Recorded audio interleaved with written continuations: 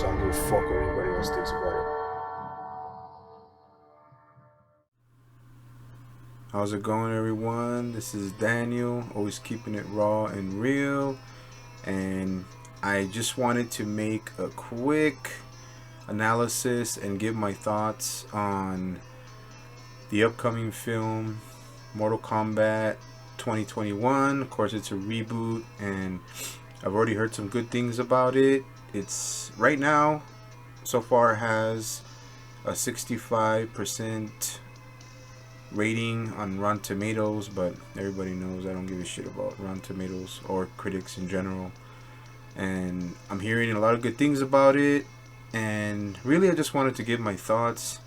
And we're just one day away, and just by watching the trailer and doing my reaction to the Red Band trailer, I was unexpectedly very surprised by the trailer.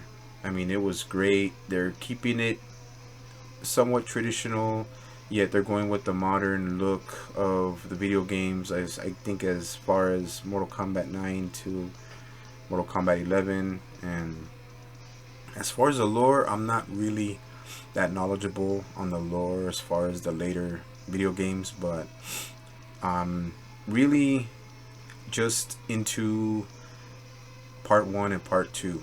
3 was alright, but I was just more into part 1 and part 2. And so far, for the film, just look up the actors as follows: Joe Taslim, Jessica McNamee, I hope I said her name right, and of course Hiroyuki Sanada. He's always a fan favorite.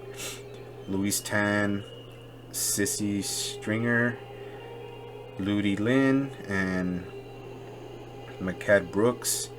So yeah, I mean, I'm pretty interested in just waiting for the film to come out, and it's gonna be on HBO Max, and I'm pretty excited. You know, I'm expecting this, and like I said, just watching the trailer, you know, got me pretty excited, and I was very surprised by the trailer. And now, just taking it back a little bit though, as far as Mortal Kombat 1 and 2, I mean, I kind of, you know what, I liked all the characters. I mean, when you like a video game that much, and you know, it was big in the 90s. I mean, I grew up in the 90s, and if you didn't have a Mortal Kombat video game for, whether it was any of the consoles back in the day, Super NES, Sega Genesis, Game Gear, Game Boy, I mean, there's other systems, but I had the SNES, and once it came out, actually they got it for me the day it came out. I don't remember when, but they got it for me at Toys R Us, and I played the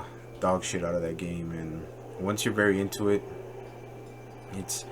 you can't get enough of it when you're that young, especially in the 90s, and didn't have cell phones and social media didn't exist. And it was great to be able to play it, you know, for hours on end. And I ended up getting Mortal Kombat 1 and 2, and I was really good in the arcades. I would, you know, get a lot of shit from the older kids, because the majority of the time it was always older teenagers to, you know, college students, and I was beating the shit out of them, and they would give me a lot of shit, man. And I was only about maybe 12, and when Mortal Kombat 1 came out, I was about 12 years old, and when Mortal Kombat 2 came out, I was already in high school. I think I was a freshman, and yeah, I would get a lot of shit, man. And fights always broke out there too, and I was always fighting, you know,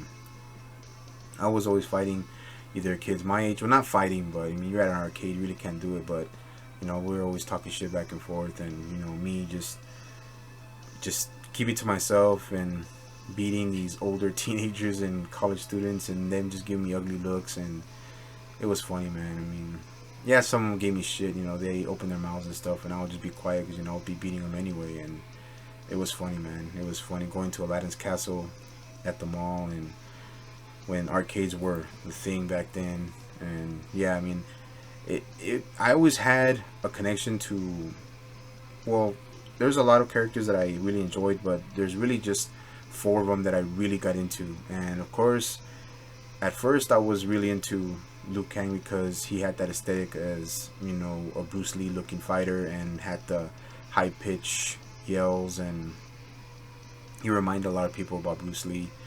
And I still liked them, but then after that I got into Scorpion, and then with Scorpion, I mean, man, I just when I got really good with the combos and the combinations, it was just I couldn't, I didn't like choosing other ones, and this is Mortal Kombat 1. And then when Mortal Kombat 2 came out, Liu Kang was still the, you just have a lot of aerial uh, moves that you can do, and you can add him into combinations. And Liu Kang was still one that I would use, but then I got more to Scorpion because Scorpion's combos and air combos were really good. His air throw was good, and then I ended up picking and learning how to use Kung Lao.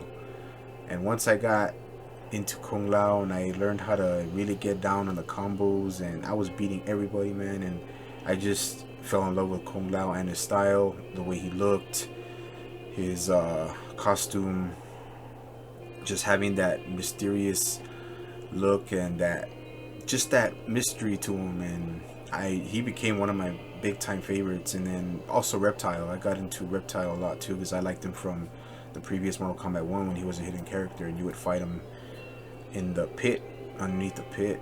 If you did a certain if you win a certain way, you get to fight him. And yeah, I always liked fighting Reptile when he was a hidden character in part 1.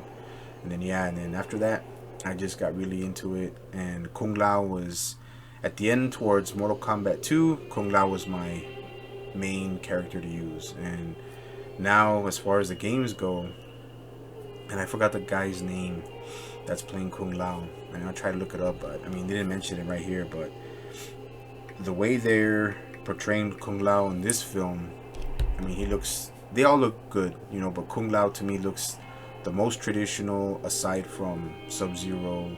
Scorpion has more of a ninja garb and a hood instead of the basic ninja attire that they had from the previous games. And they all look great. But to me, Kung Lao looks the most traditional, and him also being a Shaolin monk and having a friendship with Liu Kang.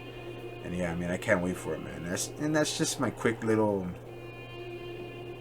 thoughts, my thoughts and small analysis before the film comes out tomorrow. And yeah, man, Kung Lao is just I have so many favorites. Like I said, I mentioned all 4: Scorpion, Liu Kang, Kung Lao, and Reptile. But Kung Lao was the one that I kept a constant connection to. And once Mortal Kombat 3 came out, I didn't really like the game, but I always used Kung Lao for that. And yeah, but I'm pretty sure the film's gonna be great. I mean, yeah, it's rated low at a 65, but it's still considered fresh. I think it's 60. But yeah, I mean, I can't wait for the film. And if I could, man, I mean, I'm just right now in a real good regime right now as far as getting in shape. And I mean, I was thinking, should I drink a little bit, a little bit of alcohol to ease the muscles and stuff. But I don't know, I'll probably just wait until later on. But yeah, there's my quick thoughts and analysis on the upcoming Mortal Kombat reboot for 2021.